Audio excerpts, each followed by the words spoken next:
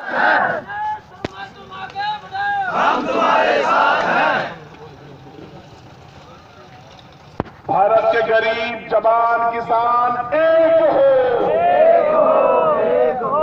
भारत के गरीब जवान किसान एक हो, एक हो, एक हो। भारत के गरीब जवान किसान एक हो, एक हो, एक हो। नेशनल होम गार्ड एसोसिएशन जिंदाबाद, नेशनल होम गार्ड एसोसिएशन जिंदाबाद, नेशनल होम गार्ड एसोसिएशन। जिंदाबाद, जिंदाबाद। साथियों,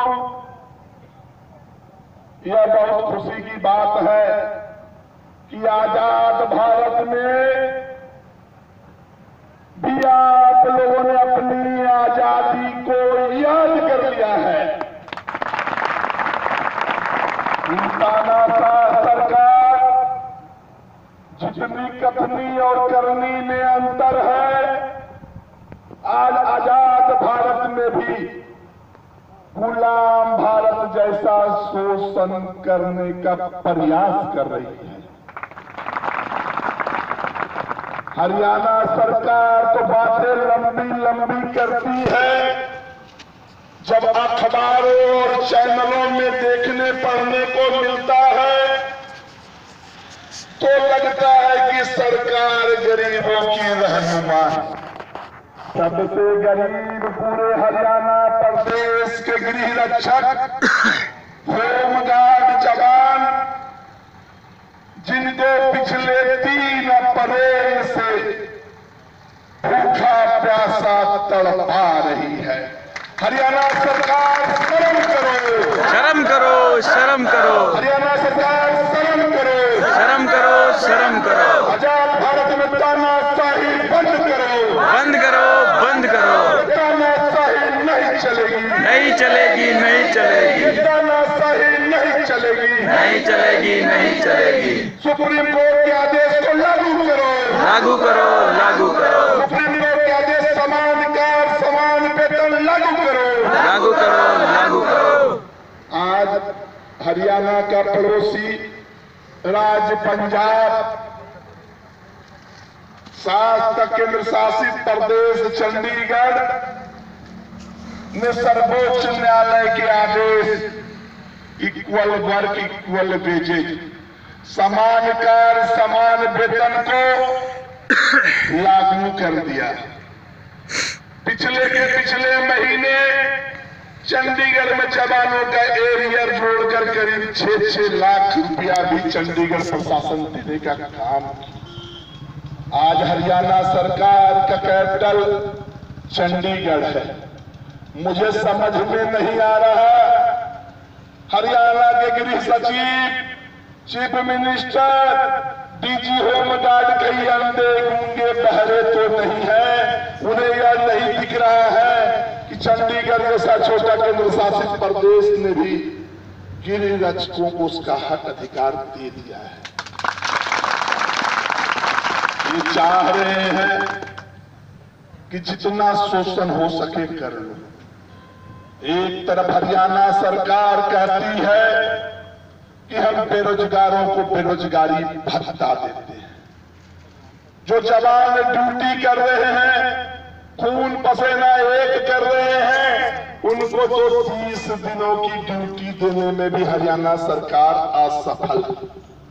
जो सर्वोच्च न्यायालय का आदेश समान कार्य समान वेतन जो 30-32 हजार रुपये कांस्टेबलों को मिल रहा है, उनके बराबर वेजेज देने में भी असफल है। लेकिन अब उनकी तानाशाही हम चलने नहीं देंगे।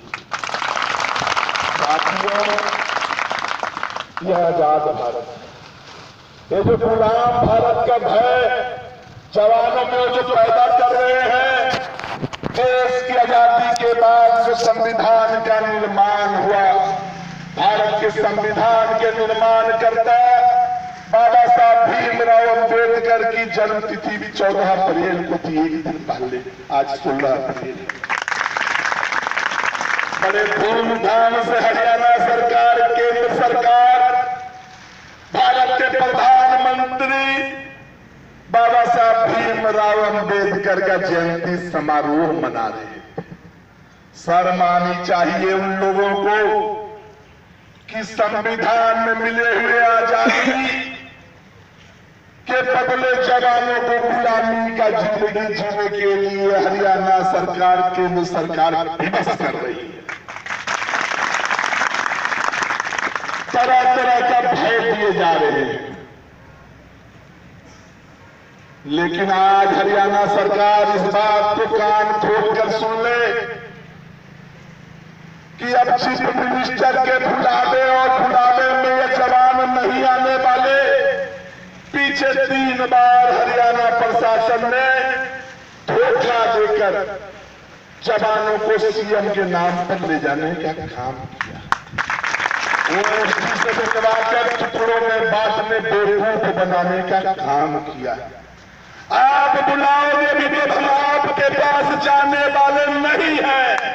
हम जनता की अदालत में जाने वाले हैं, आंदोलन करना जानते हैं। प्रदेश सरकार की तानाशाही के खिलाफ हरियाणा के राजभवन का घेराव करना हम जानते हैं। करना कोई नया नहीं है। चंडीगढ़ में भी लाखों लाखों की संख्या में मेंबर है। 2016 में भी 1 मई 2016 और 1 जून 2016 माननीय श्री कप्तान सिंह सोलंकी का भी हम लोगों ने घेराव करने का काम किया। अगर हरियाणा सरकार मजबूर कर रही है, वह तीसरा घेराव भी हम करना जानते हैं। चंडीगढ़ से लाखों लोग हरियाणा राजभवन पहुंच जाए।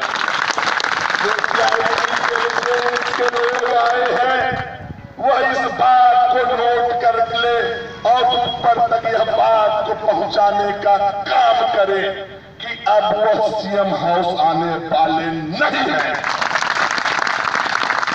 हमारे जवानों के सम्मान के साथ खिलवाड़ किया गया। एक नहीं 3 बार झूठ बोलकर खिलवाड़ किया गया। अब खिलवाड़ करने हम लोग नहीं देंगे। समय रहते हरियाणा सरकार की नींद खुल गई तो ठीक है। नेशनल होम गार्ड एसोसिएशन का सहयोगी संस्था प्रवासी भलाई संगठन के भी लाखों मेंबर हरियाणा के विभिन्न जिला में। यह लड़ाई पूरे हरियाणा में दिखेगी।